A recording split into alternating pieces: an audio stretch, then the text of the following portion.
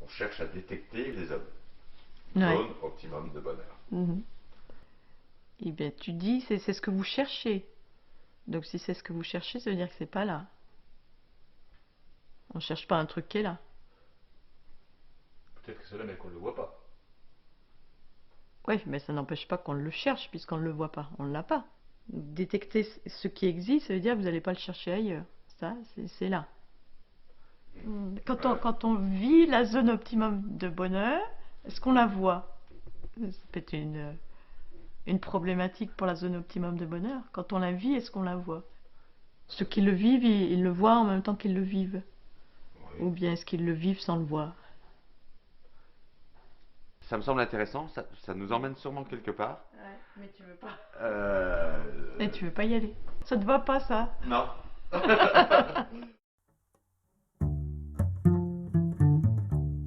Tu as dit tout à l'heure, hors caméra, une zone optimum de bonheur, c'est chiant, c'est barbe à papa.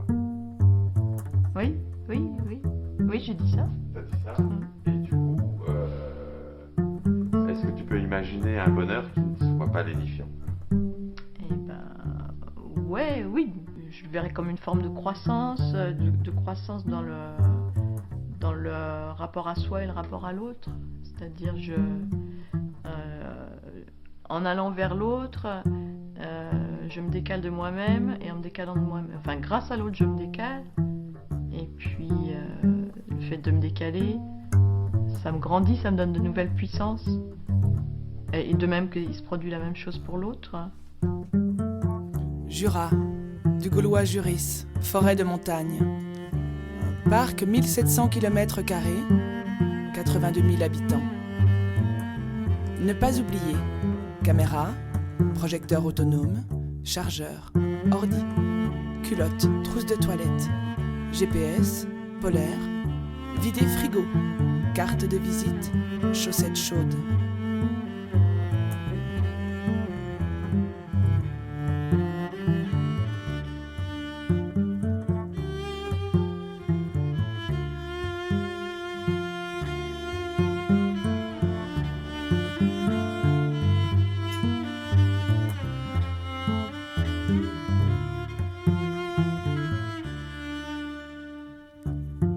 Composition équipe. Gilbert, Flo, Françoise, Jean-Charles, Jojo et Antoine le stagiaire. Durée de l'enquête, septembre 15, juin 16.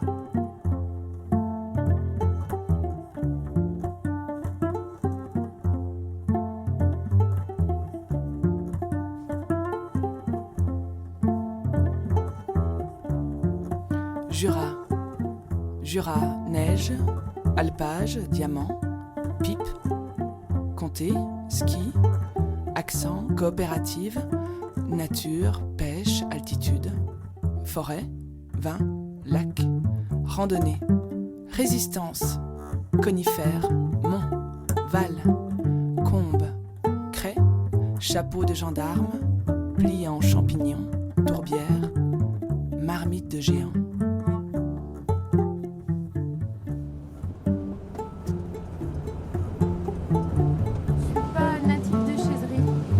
Je suis arrivée à 22 ans pour faire un apprentissage à la fromagerie et je suis restée. Tu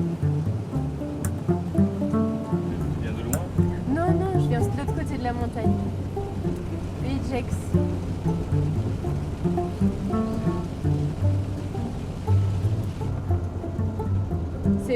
En fait, c'est pas très loin, à vol d'oiseau, mais il y a quand même 50 km. Et ce qui fait que ça protège un petit peu la vallée. On se sent un petit peu protégé en fait. On n'a pas le stress et la course à la réussite, à l'argent. On l'a beaucoup moins ici. Du coup, les gens sont plus proches les uns des autres. Les gens font les choses ensemble ici. Que ce soit la fête, le travail, le bois, ils font beaucoup ensemble. C'est comme un petit paradis.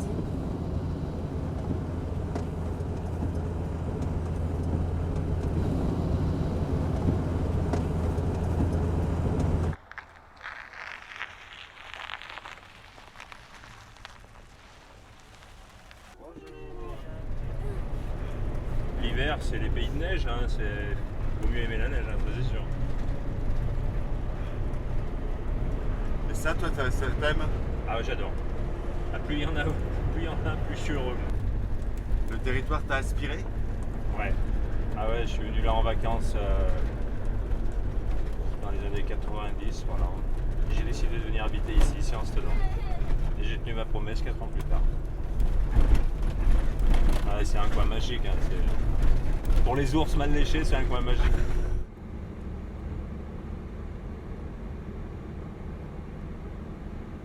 Je pensais pas venir me mettre à mon compte par là.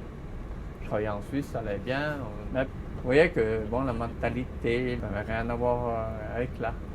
Je suis revenu, j'ai dit tiens, je vais tenter. Je voyais qu'il y avait de moins en moins de maçons, il y en a un qui prenait sa retraite, tout ça. Il y en avait de moins en moins, j'ai dit je vais tenter mon coup ici, toi.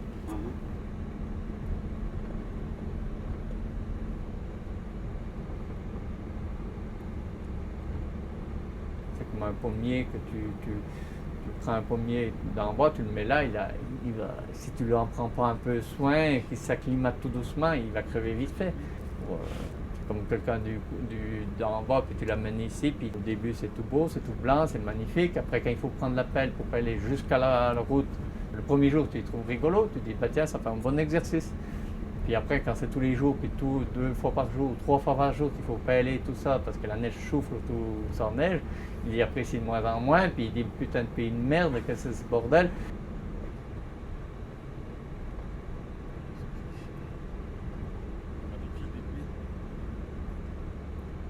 Quand on allait à Saint-Claude, c'était pour aller au dentiste. Alors on n'aimait pas cette ville-là. Alors moi j'avais 15 ans quand j'ai débarqué là, avec mon skateboard sous le bras. Première impression, elle est ultra négative. Tu te dis mais c'est un trou béant au croisement de vallées. Je dis, moi je pourrais jamais habiter là quoi. Et en fin de compte tu t'aperçois que c'est une ville qui te prend par les tripes. T'as plus envie de te barrer quoi. C'est un endroit qui est magique. Nous c'est notre terrain de jeu ici. Parce qu'en été on s'y baigne, parce que l'eau réchauffe très vite. Parce que la tourbe, ça capte la chaleur. Et en hiver, les lacs gèlent. Et ça, c'est une patinoire naturelle. Et ça, c'est un vrai régal. Tu viens patiner et t'es dans la nature. Ça, c'est vraiment magnifique. Et là, c'est vraiment un endroit quand tu veux te ressourcer, quand tu veux prendre du plaisir. C'est là que tu peux venir. Importance de savoir qui parle. Échantillonnage. Rattrait, parachuté, natif, rempoté, aspiré, revenant. Gaël, Pontarlier, Saint-Claude, Gaël, rempoté. Alice par-dessus la colline, parachuté. Gilles, revenant. Jean-Yves, aspiré. Seb, rattrait. Note, trouver un natif avant la fin de la semaine. Tu veux pas juste prendre le larmon, c'est là que tu as appris à faire du ski. Et c'est là, ouais, mais t'as pas dans le cadre, Jean-Charles. Je sais pas si juste là-haut, c'est pas le resto où à chaque fois ma grand-mère veut qu'on aille manger, elle adore ce resto, qui est juste perché en haut. T'as fait du ski sur le larmon, toi? Ouais, ouais. Attends, tu veux... Attends, je vais filmer ton témoignage. Alors, Geoff, t'as fait du... Ben moi même, j'ai emmené mes enfants là il y a pas longtemps là. C'est là qu'ils ont fait, ils commencent à faire de la luge et tout. Et moi j'ai passé des bons moments aussi un peu plus loin là, au Capucin là, à la MJC des Capucins, voilà. Ah, ouais. Ma grand-mère, elle habitait 18 sur le Patel, à côté des Capucins. Ah oui, d'accord. C'est Henri qui mange. Ah oui, voilà. C'est des Pournis. Tu connais les Pournis? Oui, Pournis, bah c'est une grande famille de Pontarlier, non? C'est pas ma famille. Oh! Bah oui, d'accord. Espace Pournis, tout ça. Ah oui, moi je suis partie des... D'accord, ah oui, oui. Je peux demander aux gens d'ailleurs, je sais pas s'ils connaissent. Bonjour monsieur. Bonjour. Est-ce que vous connaissez quelqu'un qui s'appelle Pournis? Pournis, oui. Ah voilà, hein, pour Pournis, oui. Tout le monde connaît un Pournis. Oui, c'était un capitaine des pompiers. Gustave, grand résistant.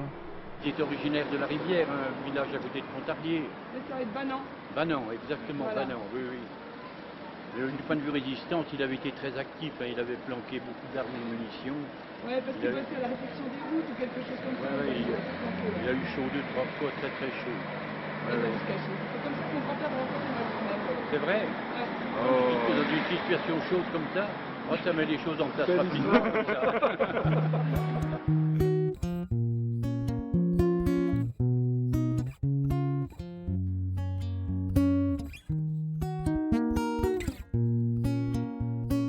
stagiaire est arrivé hier.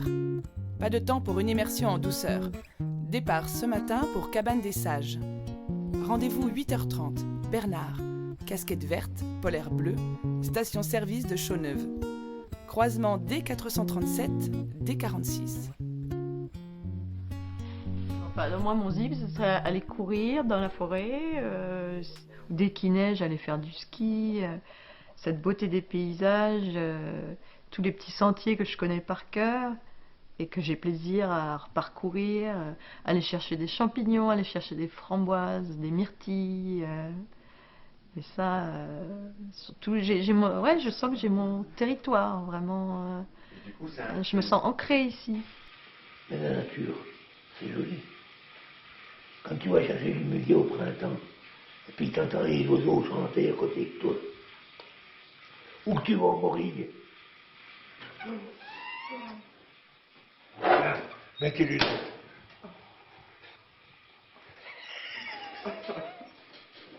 D'accord. Et vous avez déjà partagé vos coins à Morille avec quelqu'un, Julot? Moi, je dis une chose après moi, il n'y aura plus personne qui les connaîtra.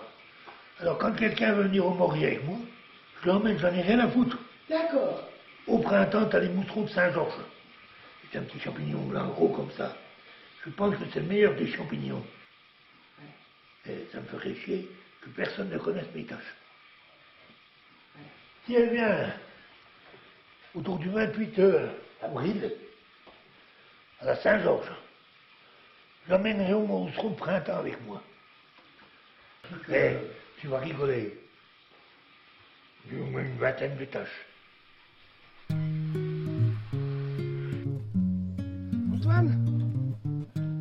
Antoine, vous pouvez vous assurer quand même que je suis parce que je veux bien être à la caméra, mais Antoine, tu m'écoutes? Non. Il faudra aller plus vite si tu veux entendre ce qu'il dit le monsieur. Oui, mais je peux pas, je suis... Il va montrer des traces de sanglier. Zut.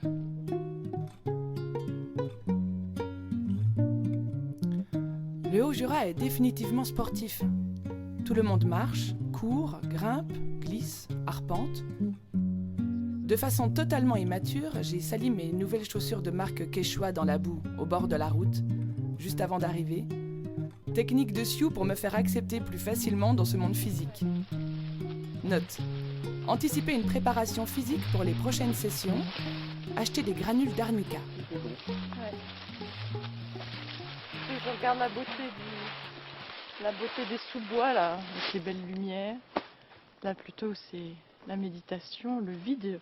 Tu fais le vide, tu te laisses imprégner. Ouais. Ça a du sens. Ça a du sens ce que tu dis? Ouais. Oui, faire le vide quoi. C'est-à-dire faire le vide, c'est justement l'absence de pensée. En soi, c'est philosophique. Et il faut faire marcher son corps. Et puis en ce moment, par exemple, Bernard, il a mis un grand vide entre nous et lui. Mais Bernard, c'est pas un philosophe, c'est un sage. C'est un sage. Ben, le philosophe, c'est celui qui sait qu'il ne sait pas. Comme Bernard, il ne sait pas qu'il sait. C'est une sorte d'authenticité dans le fait, je sais même pas, ça m'échappe. Ce qui donne...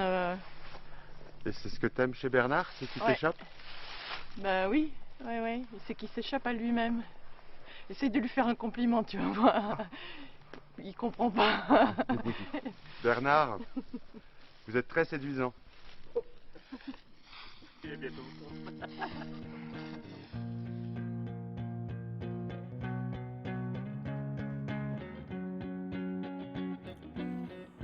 Du haut de tes 16 ans, t'as eu le talent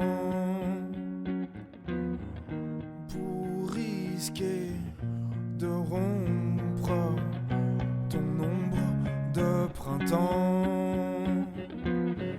C'est pas pour la gloire ni pour passer le temps, c'est pour être de ton choix passeur de vivant dans les sous-bois. L'histoire se trace, tu es de toutes les saisons. Pour faire quelque chose dans cette angoisse, tu deviens roi de l'évasion. Ça va de soi quand y a l'audace qui pousse comme des champignons. Telle la lumière qui donne le pass dans le noir de l'abomination. Sans rien se dire, le bruit des godasses murmure vers la libération.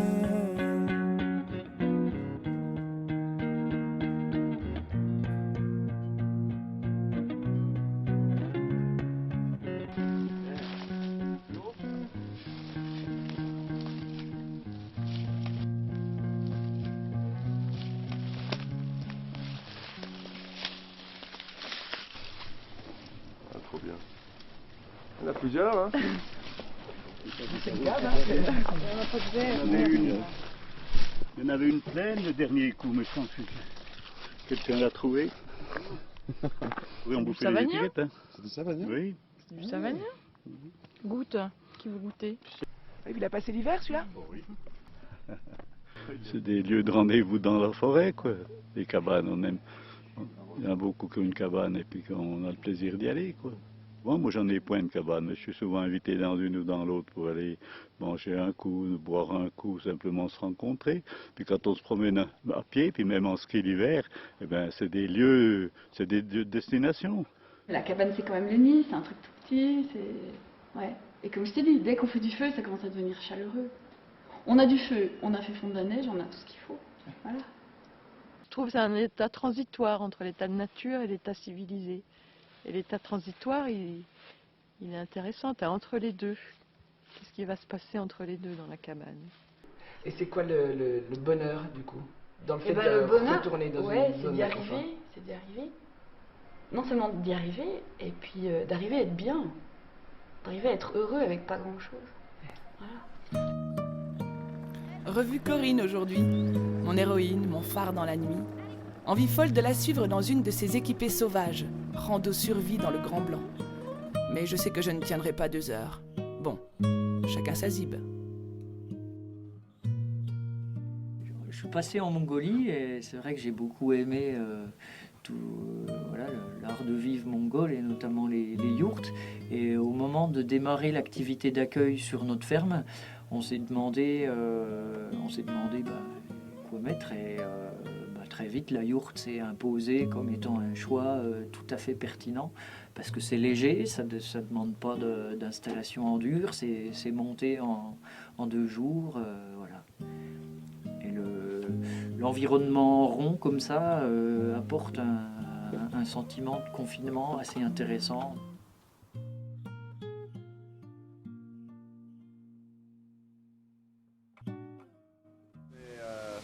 On est à la recherche des ZOB, les zones optimum de bonheur. D'accord. Eh bien, optimum de bonheur, c'était ici. C'était ici le Café Ferretti. C'était notre lieu de rassemblement, les jeunes. Avant de partir au bal ou au restaurant, on venait ici. On allait beaucoup dans le Jura pour danser, pour faire la fête. C'est vrai que c'était des coins que les filles étaient sympathiques. Hein, comme on dit, elles n'étaient pas rouèches. Les anciens disaient qu'il faut descendre les femmes puis remonter l'orge. Le lundi, quand on retournait à l'école, là-bas, mon vieux, on entendait parler que des chaiserons. On croyait que c'était, je sais pas quoi, des hommes extraordinaires. Oui. Puis on en a pris chacune un. Je sais pas comment on a fait. N'importe quoi. On est tombé dans le panneau. Ouais, en fait... Non, mais faut pas y mettre ça, hein. Oh. J'ai toujours dit, moi, que vous étiez penché pour voir la lumière. Oh, mais chez nous, on était bien plus au soleil qu'ici. Là, il y a du soleil, mais dans le trou, là-bas en bas, il n'y en a point. Ouais. Moi, à Foran, le premier hiver, quand je suis arrivée, 2h30 l'après-midi, le soleil est parti. Je suis sortie, j'ai dit non, il est où le soleil? La montagne. C'est vrai que quand elle est arrivée dans la vallée, elle regardait plus l'homme que la vallée. C'était le trou. Puis après, plus tard, ils ont plus regardé le trou que l'homme. Leurs parents, descendaient à Chaiserie, cherchaient des prunes, cherchaient ils descendaient de la montagne. Et ils disaient c'est le bon pays, il y a des fruits. J'ai 3 arbres fruitiers, un cerisier qui donne rien, un prunier qui va pas mal, puis un abricotier qui donne... Un abricotier, ouais. À 1200 mètres d'altitude, contre un mur aussi. Ah ben oui, ils vivaient avec une bonne partie du potager. Hein. Il fallait en prendre soin du jardin. Parce que les légumes, elle les gardait. C'était rare qu'on rachetait un légume, à part un peu des choux-fleurs, des trucs qui ne poussaient pas ici, toi.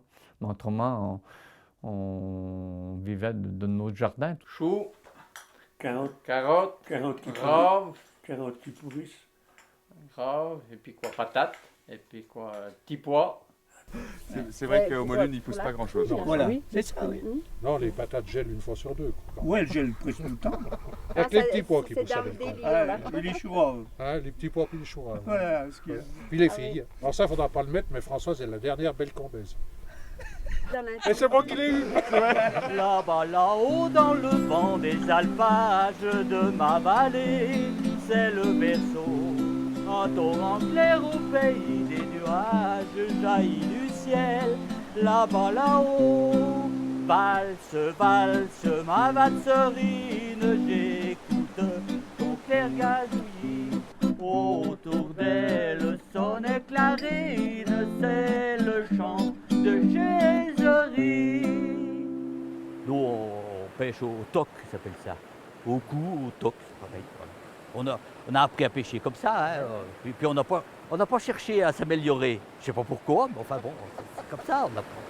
Parce que bon, moi j'ai une vieille canne que j'ai rapatassée, que j'aime bien. Nous, on pêchait avec des grandes cannes de 5 mètres pour pouvoir traverser, aller pêcher de l'autre côté. Oh, ma vallée la plus verte du monde, ma valserie, nos noms dansants, c'est dans ton calme et ta douceur profonde que je voudrais vivre 100 ans. Alors, attendez. Ça, c'est la... On est beaucoup à avoir grandi ensemble aussi. On est d'autres où on apprend à se connaître, on crée aussi d'autres affinités avec d'autres personnes qui sont plus grandes. On se mélange quand même pas mal, on est de 16 à 30 ans dans l'asso. Il y a des choses comme la revol des foins et le repas des anciens qui sont là depuis 40 ans, qui n'ont pas bougé du tout.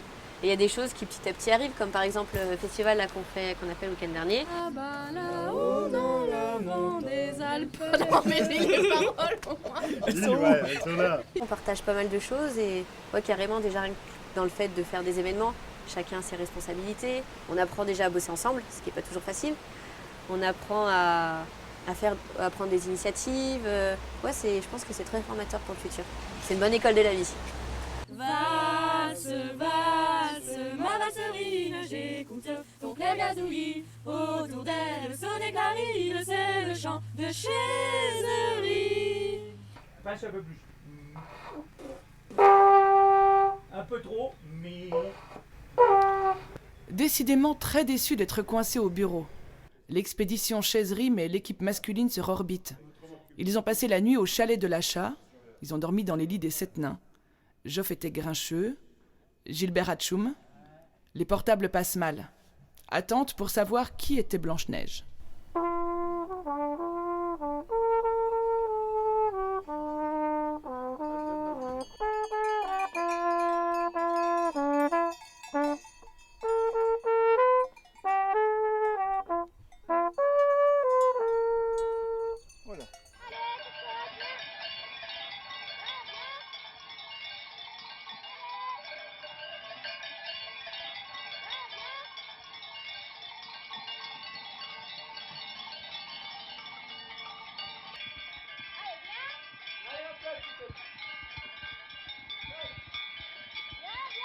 Viens, vite, viens, cocotte.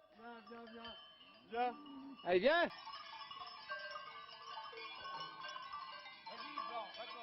Oui, les cloches, c'est pareil. C'est la nature. Au printemps, quand tu mets des cloches aux vaches, que tu les emmènes en champ, et tu sais, tu vas rigoler ce que je vais dire. Tu mets des cloches aux vaches, tu les emmènes en champ, et bien tu mets la moitié moins de temps pour arriver au champ que quand elles en ont point. Les vaches, elles marchent au rythme des cloches. Viens, viens! Viens, vite, viens! Oh! Viens, viens! Et voilà. Tu vois à quoi servent les clochettes? T'as pas de clochettes, tu sais pas où ils sont, tu tournes.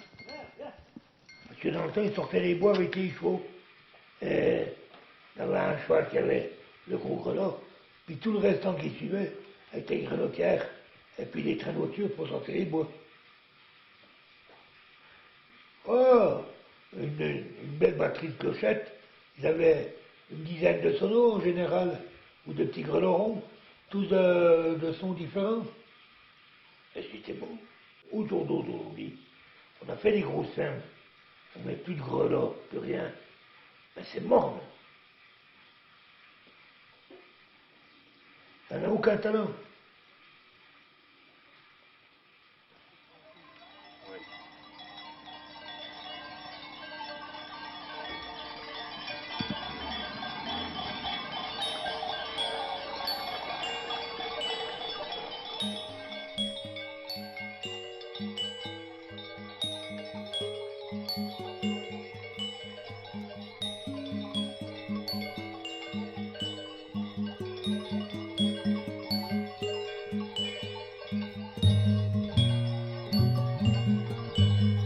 Et vu les rages de Chauneuve, réminiscence d'un poème de Baudelaire appris en seconde au lycée Ledoux à Besançon.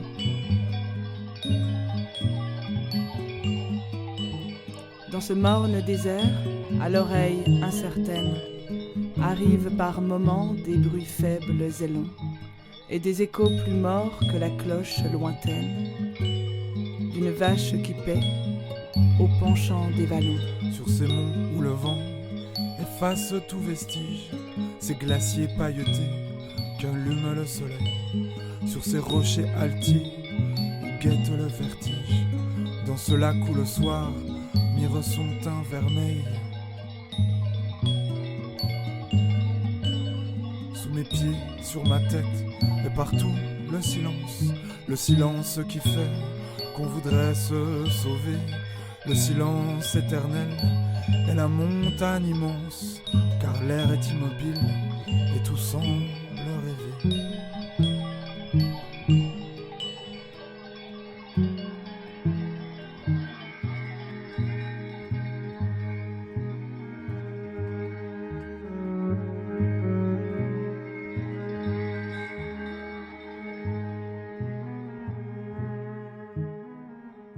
Je me rappelle qu'il y avait 30 sociétaires à la fromagerie à Chauneuve. Hein. Alors 30 sociétaires qui viennent matin et soir couler leur lait, eh ben, ça fait du va-et-vient. Hein. Moi, on a eu discuté des bons moments. Hein.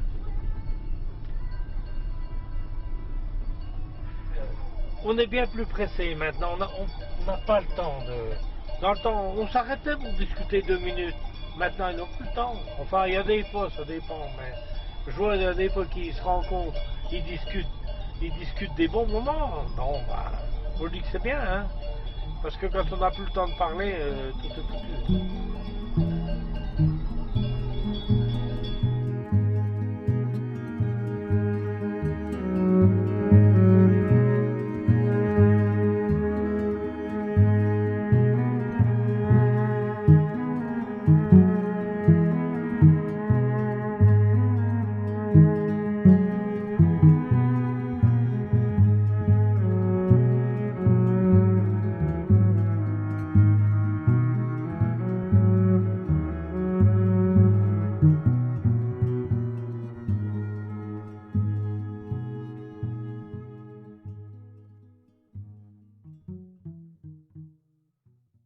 Alors, on a travaillé avec des bœufs de 1957 à 1993. Ils sont partis, les bœufs sont partis de l'écurie en Oui, 1993.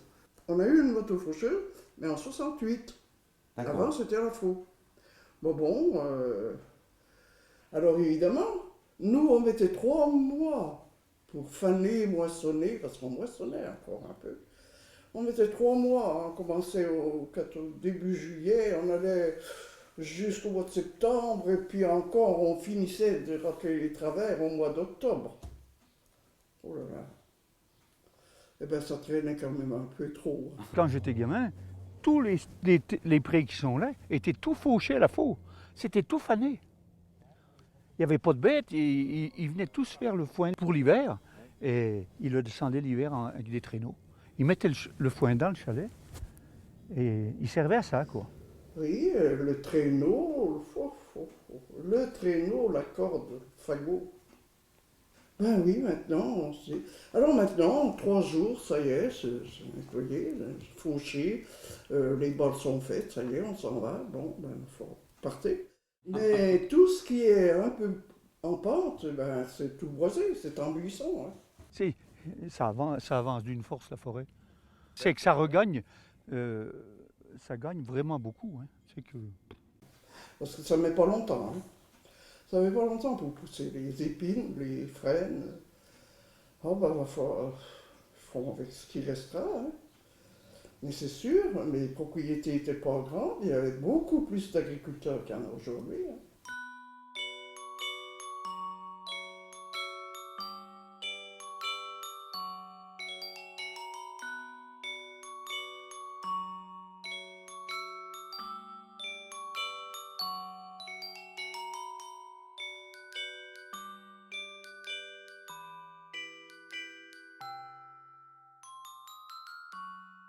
Ce qu'on a vécu, nous, c'est terminé, quoi. Ce sera de l'histoire ancienne. Hein.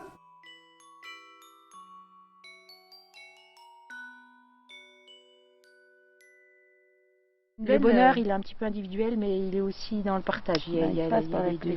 Ouais, il y a les deux.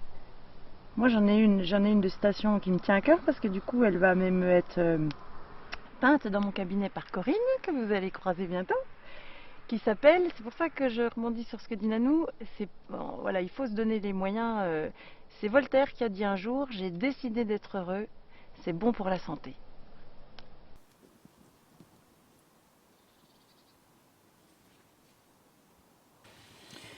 Alors Claude, là ça fait un petit moment qu'on attend. Ouais, on n'a toujours rien vu. Ouais, ça se mérite, hein, comme dit l'autre.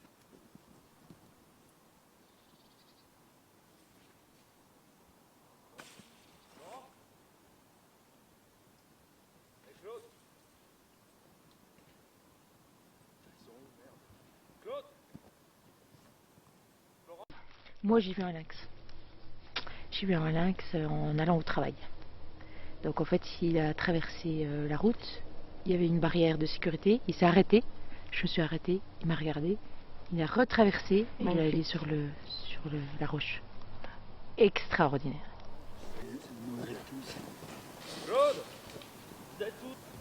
Ça marche bien, hein? Il ne nous voit pas du tout. 2-3 heures, c'est pas grand chose. Faut attendre au moins, ça dépend des endroits, au moins 4 heures. Je m'est arrivé à attendre 4 jours peut-être. Surtout si c'est un animal, par exemple, comme le lynx, où j'ai des chances de le voir, parce que je l'ai déjà observé.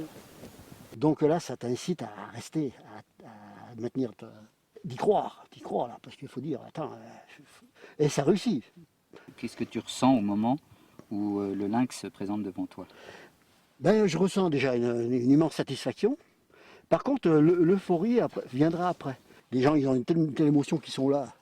Comme ça, ils sont sur leur machin, ils tremblent. J'ai eu un gars une fois au cerf, le cerf était arrivé droit sur nous. Il n'a pas pu faire une photo, il ne peut plus paniquer, quoi.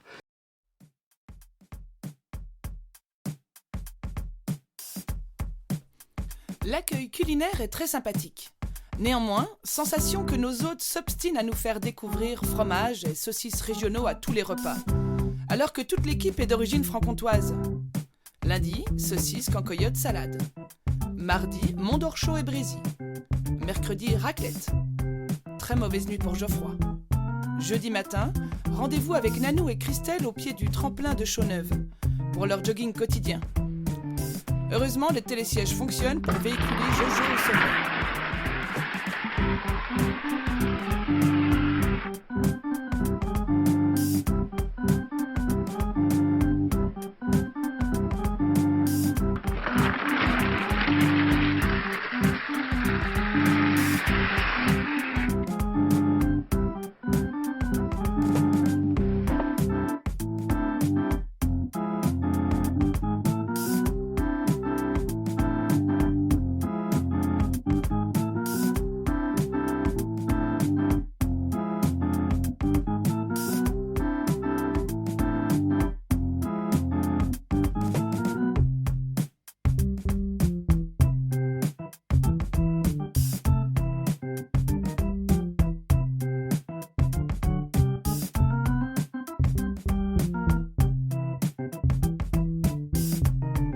Ça s'appelle un ski. Ouais.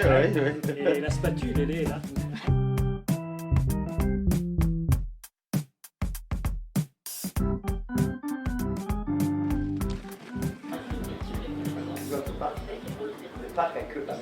Donc j'arrive sur le marché du ski en tant que skieur, parce que je suis trempé dans tout gamin. Donc j'ai fait partie de l'équipe de France, des trucs comme ça. Et puis, si vous voulez, je suis tombé dans les années 68, donc 68 Grenoble.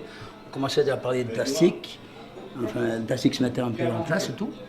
Et puis c'est venu tout naturellement. J'ai dit, il n'y a pas de raison qu'on n'arrive pas à mettre du plastique sous des skis de fond. J'allais souvent chez Vandel, mais chez le père, chez le Georges, le père à Livon, oui. Livon, je l'ai vu travailler moi, tout petit dans leur atelier. Mais il a fait des très bons skis, Vandel. Il a sorti ses F72. C'était dans les premiers skis qui avaient du plastique dessous. Hein. Avant, c'était toujours bois. Avant, c'était frêne, après, c'était Icori, après, c'était le plastique. Les F72, moi, j'en ai encore une paire qui peuvent aller. J'ai encore les chaussures qui vont avec. J'ai jamais voulu les vendre. Un gars qui voulait me les acheter, il m'en donnait cher. Oh non, ça, c'est des souvenirs. J'avais la connaissance du ski depuis de mon père et tout. Puis comme j'étais skieur de fond, si vous voulez, j'ai pu très vite assimiler ce qui allait pas, ce qui fallait changer ou pas changer. C'est comme ça qu'il y a beaucoup de gens qui comprennent pas qu'une petite fabrique comme nous, on a pu faire la pige à tous les grands fabricants en France, français et puis mondiaux. Et c'est venu simplement j'étais pas un ingénieur, mais voilà, c'est tout compris. Et vous êtes resté une petite fabrique? Ah oui. C'est un choix? Oui, un choix, oui. Ah oui, parce qu'à l'époque du 112, quand on a fait le fameux F112, on prenait des skis plastiques, on a eu la visite des Américains et tout, on aurait pu... on était même paumés, oui, parce que c'était infernal, quoi. Les gars nous allaient, on nous achète, on nous fait 20 000, 30 000 paires de skis. Bon, ça nous a dépassé, quoi. Donc on a fait le choix de rester petit, quoi. L'avantage aussi, c'est de maîtriser. Hein. Maîtriser son produit, son truc, bon, c'est un art de vivre.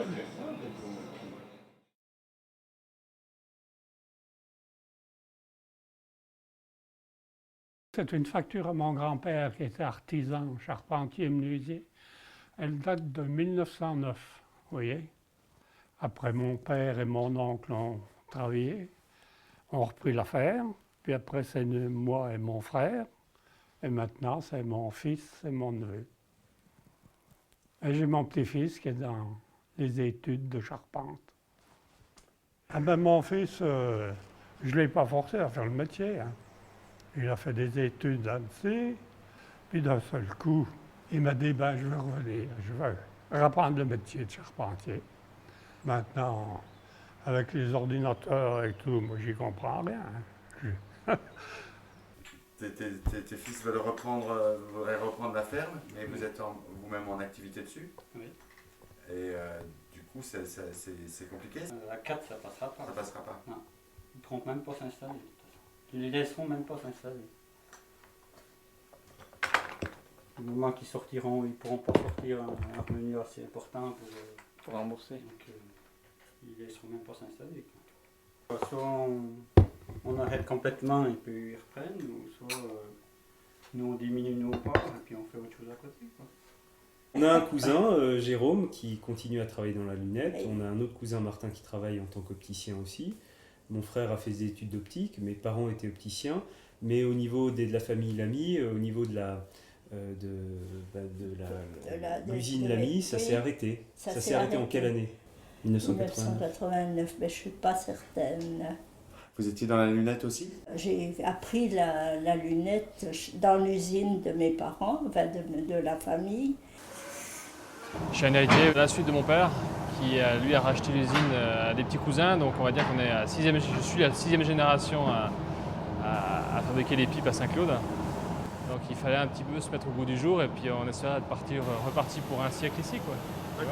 Minimum. On a commencé avec 4 vaches, une faux et un sou. 4 vaches? Mais c'était suffisant, 4 vaches? À l'époque, oui. On faisait du lapidaire. Toutes les fermes ici, ils travaillaient du lapidaire. À l'époque de mon grand-père, de mon arrière-grand-père, donc ils travaillaient à la ferme l'été et l'hiver, du coup ils avaient tous leur coin lapidaire et puis ils taillaient la pierre l'hiver quoi, pour assurer un revenu l'hiver en fait. Quand on croise la tournerie et puis le travail du lapidaire, la tournerie sur pierre, et les agriculteurs tout d'un coup ils se sont mis à avoir de plus en plus de moyens et c'est la fin du 19e, les fermes prennent souvent un étage de plus. C'était quelle sorte de pierre que tu faisais? C'était du spinel, mais pour finir on avait fait du dur. Du dur, ça veut dire la pierre fine? Oui. Les émeraudes, les machins comme ça? Ben oui.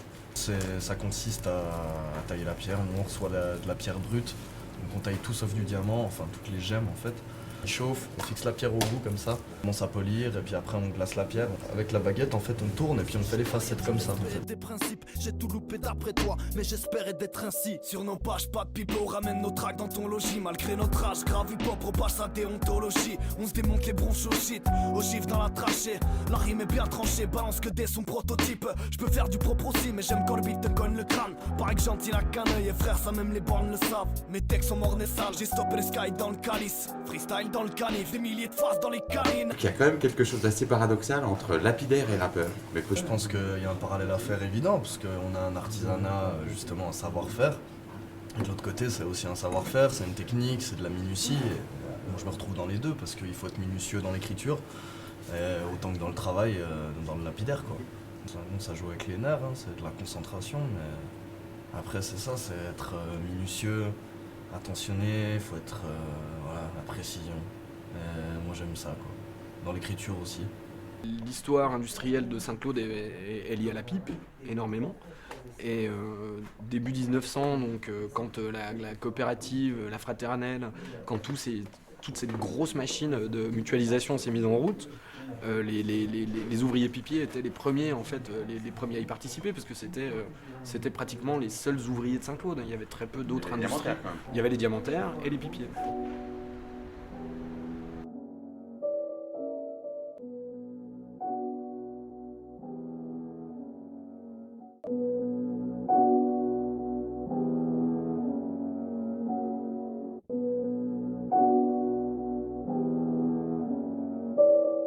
La rime est mécanique et rouvre les points de suture blessantes. Toutes les prods que mes gamins crèvent d'une sépulture décente. Crois-moi, on dévisage, je comprends que ma générationnelle. On se complaît dans nos vies sales et je crois que c'est générationnel. Moi j'ai manqué de paternel, mais pas d'éducation. Moi j'ai manqué de matériel, je connais à peine la frustration. Il me faudra plus qu'un son. Pour t'expliquer, je vais péter le caisson. Je ressasse les mêmes questions, les saisons passent et je perds la raison.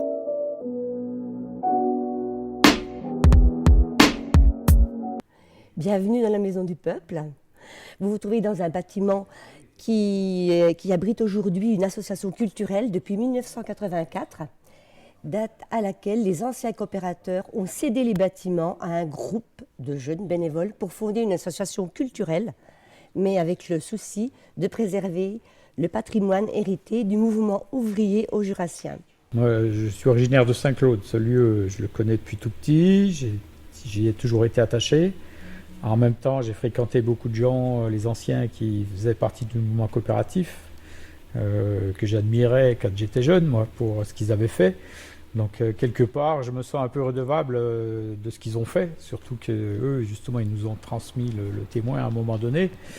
Ils ont créé un lieu pour essayer d'innover socialement et puis défendre un certain esprit, un autre mode de vie, le partage, la coopération, voilà. Donc, c'est ça qu'il faudrait que moi j'aimerais aussi pouvoir transmettre. Dans la fraternelle d'aujourd'hui, on reste attaché sentimentalement aux fondateurs.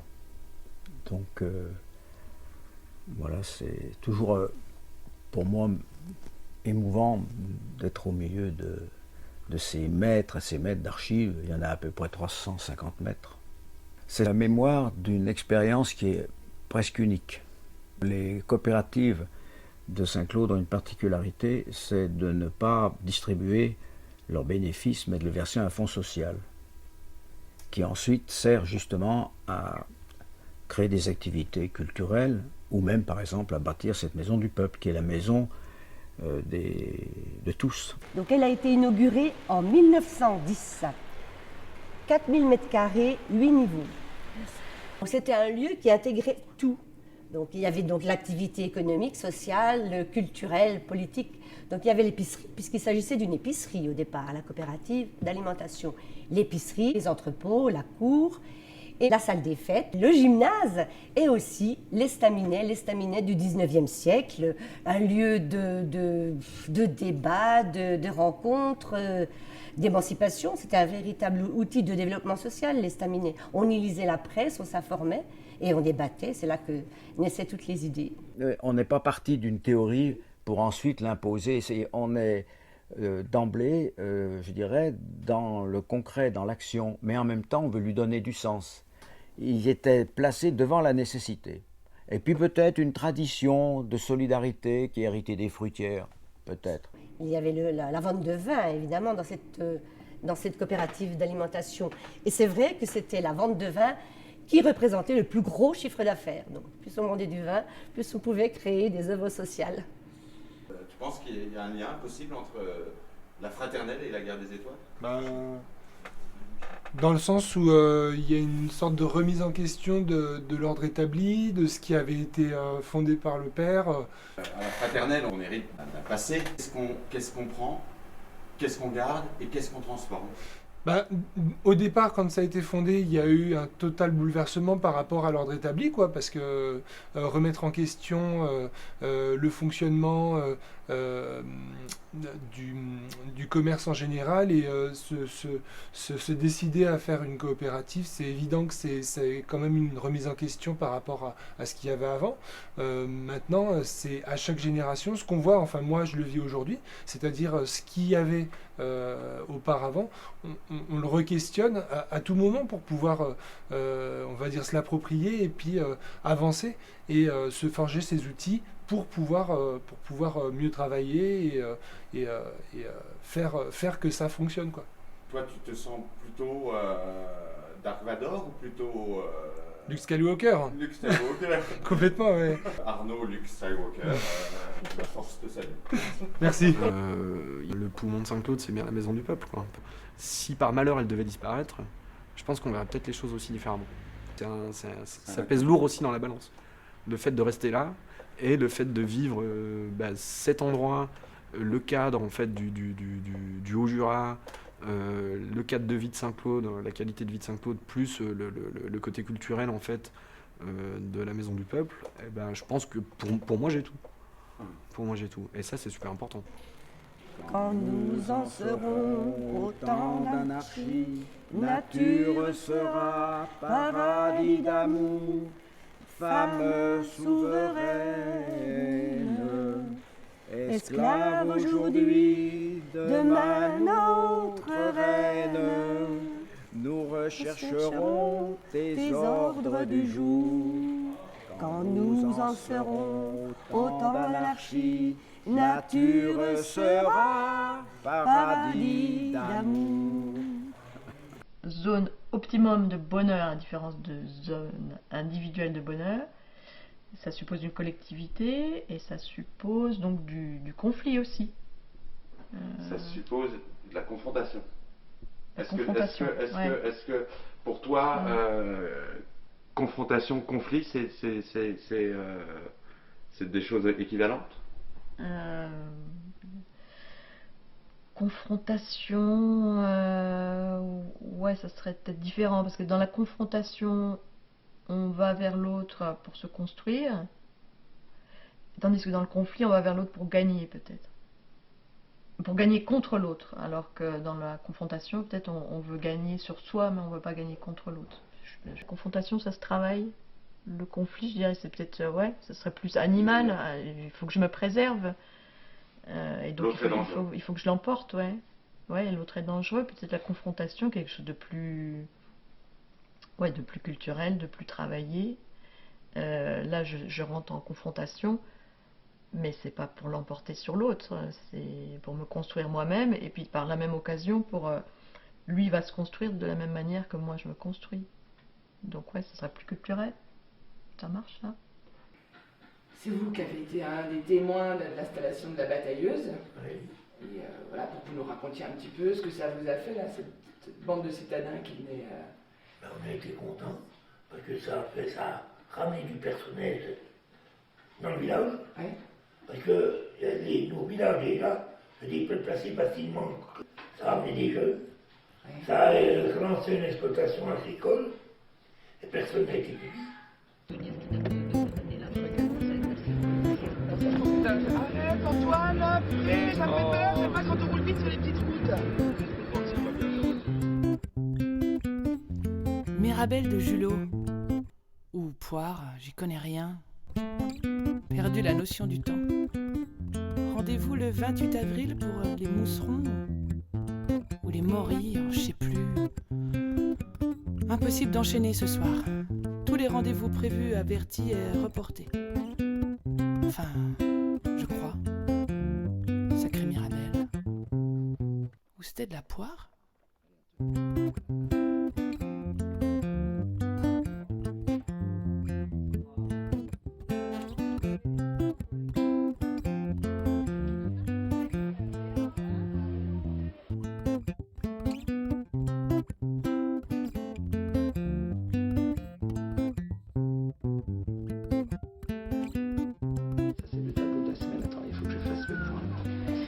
Toi par contre c'est très rempli, j'ai l'impression qu'il y a un code couleur, tu penses que ça veut dire quoi?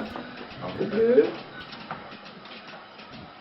Le planning est fait selon les envies de chacun ou suivant les nécessités du... Eh ben on compose. D'accord, c'est voilà. C'est plutôt, quand on accueille 50 personnes, il faut oublier en fait de faire un repas et puis de leur fournir un lit. Ouais. Et de faire de l'animation et puis après voilà, effectivement il y a des personnes qui peuvent se dire bah non moi je peux pas trop en faire cette semaine parce que voilà, j'ai besoin de temps perso voilà. Et puis du coup on voit comment on peut organiser tout ça. D'accord. Ils sont pas dans la symbolique des couleurs là. François, permets-moi de te dire ça. Regarde, il commence le mercredi en noir, puis il le termine en bleu. On a une trame bien précise, donc on commence par un powwow. Ok. Donc on va parler de son état émotionnel du jour. D'accord. Du coup avec un bâton de parole. Voilà. Nous on pratique aussi beaucoup, oui. Un classique, oui. Donc, en ce moment on a plutôt une girafe. Une girafe de parole? Une girafe de parole. On essaie de réfléchir avec son cœur et moins dans le côté coyote en fait. Du coup on a le planning, oui, voilà le planning, le point technique. Et puis après on a... Le point technique c'est très pratico-pratique. Voilà, que... voilà. On n'a plus de bois, des trucs bêtes, basiques. Mais qui sont importants pour le fonctionnement de la structure en fait, hein. C'est des informations. Oui. Et puis après on a ce qui va bien quand même. Parce que faut pas oublier qu'il y a quand même des choses qui vont bien. Donc ça c'est pour clore la réunion, c'est qui Non. va bien. Non, pas forcément. Non. Qu'est-ce que c'est ça? Regarde. Bah, ça c'est les sujets urgents. Oui. Ça c'est les sujets moins urgents. Oui. Ça c'est les trucs qu'on a décidé de pas faire. Ouais. À reporter. C'est un peu ça. Ils sont cons. Grenier des chèvres, j'ai un peu du mal à comprendre quand même leur projet, Antoine. Alors, je vais...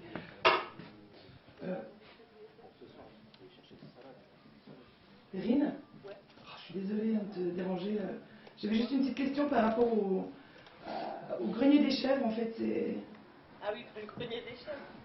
En fait, on n'a pas encore eu le temps de le faire. C'est un genre de couloir où tout le monde met tout ce qu'il faut cacher, un peu tous les trucs qui traînent à des endroits. Donc tout le monde le fout là-dedans. Puis du coup, maintenant, on ne peut plus passer. Puis c'est aussi un endroit où il y a plein de matériel, de la peinture, des trucs qui peuvent nous être utiles en fait, mais qu'on ne sait pas qu'il y a. Parce que c'est un peu comme un couloir du temps, quoi, où tout disparaît. En fait, c'est le trou noir. Mais on n'a pas eu le temps. Puis comme c'était... Ouais, on n'a pas eu le temps de s'en occuper, malheureusement. Je sais pas si on aura le temps. Parce que l'automne est fini, là. Le chantier d'automne, ouais, c'est ça. Non, mais la semaine prochaine, quand il y aura un peu moins de monde, on espère. Voilà. Est-ce que vous aimeriez découvrir le grenier des chèvres? Non, non, pas du tout. On s'interroge. Ok. Par contre, il y a des super belles toiles d'araignée. Hein. Mieux que en vrai. Et Mathieu, du coup, toi, tu n'avais pas d'idée de chantier d'automne? Moi, je travaille, j'ai pas des idées. Ah, tu vois, toi, c'est ce que je te disais. En fait, le nom de Mathieu n'est nulle part parce que finalement, il est partout. Il est dans l'action. C'est ça, Mathieu? Voilà, exactement. Mais si tu cherches mon nom, tu vas pas le trouver parce que moi, mon surnom, c'est Brioche.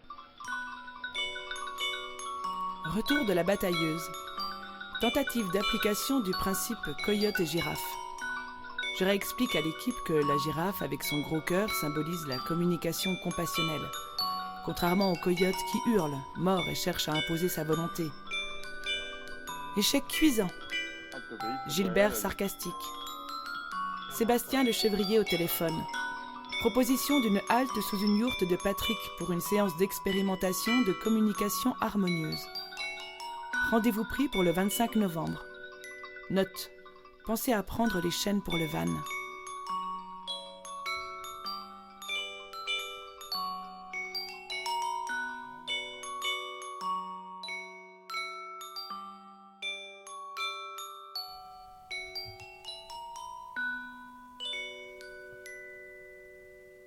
Je cherchais ce que j'allais faire dans la vie, avec plusieurs critères. Un endroit agréable à vivre, et puis qui a du sens, et qui me plaise au niveau de l'activité. J'avais envie de faire quelque chose d'utile dans une recherche d'autonomie.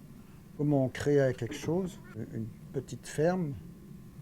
Notre idée, c'était d'assumer le produit jusqu'au bout aussi.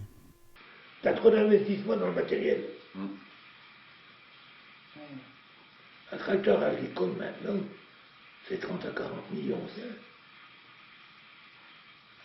Il faut l'amortir. Il faut avoir plus de bains, puis si tu trouves un gros tracteur, ou trouver du matériel en conséquence, c'est le vice sans fin. Si on veut avoir des vaches avec pas des trop gros bâtiments modernes, il faut transformer le lait, quoi. Il faut énormément de locaux pour les vaches de foin et il faut très peu de bâtiments pour transformer et affiner.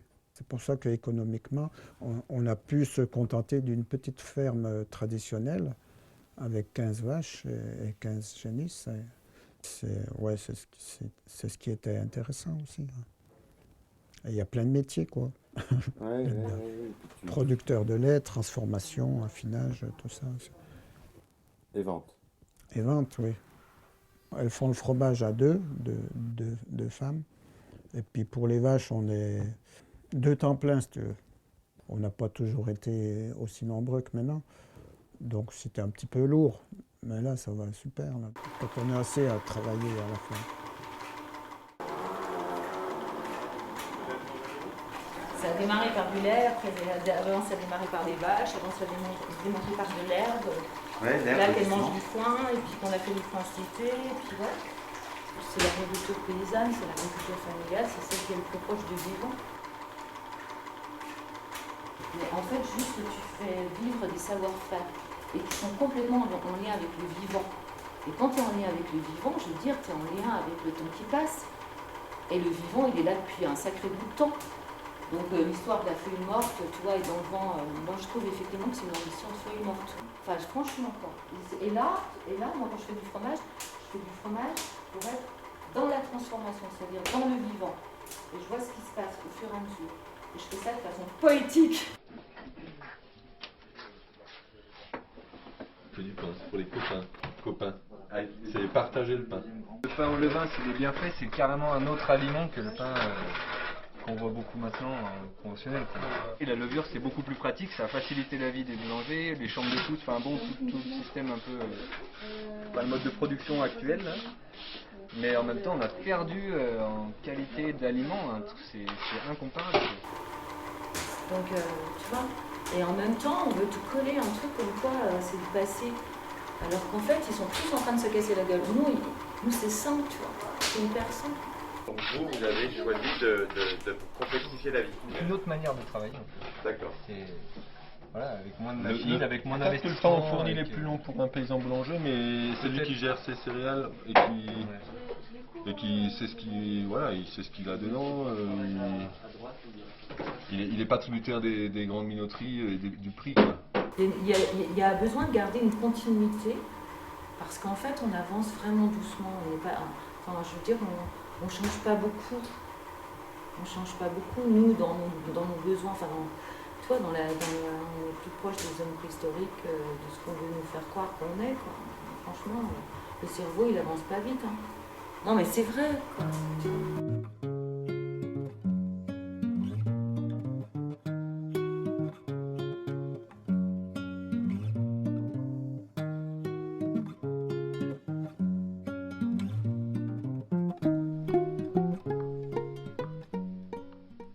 Voilà, on peut prendre de la farine blanche qui va avec de la levure et le four électrique qui va coûte que coûte faire une baguette qui va tous les jours se ressembler. Voilà.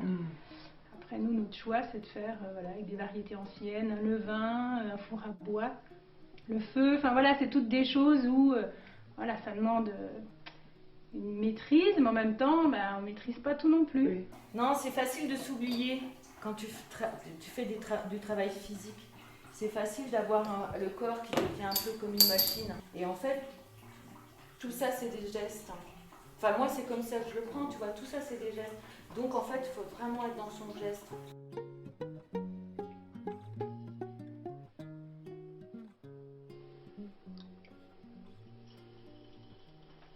Notre prof, au tout début, elle nous disait que c'était un art martial. Donc, on ne le comprenait pas vraiment. Et après, quand on fait vraiment, tu comprends. C'est vraiment, toi, tu es centré. Si toi, tu n'es pas centré, tu ne peux pas centrer une pièce. Et voilà, le fruit du travail. Donc ça commence par un grand magma indifférencié. Après, ça se différencie. Et il faut absolument que chacun se différencie pour pouvoir mieux se mettre ensemble. Tu te rends compte? Non, mais c'est une leçon, je te dis, ça s'appelle de la transformation fromagère. Moi, c'est comme ça que je fiche. C'est comme ça que je la vois, c'est comme ça que ça se passe. Et après, ça se met en forme, tu vois. Puis après, tu fais affiner tout ça tranquillement, ça prend du temps. Donc après, tu choisis la forme.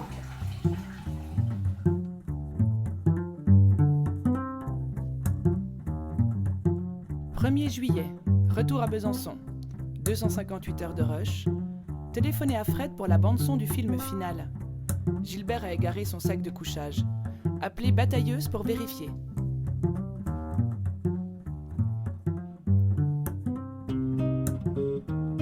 « 3 août, 3h15 de film.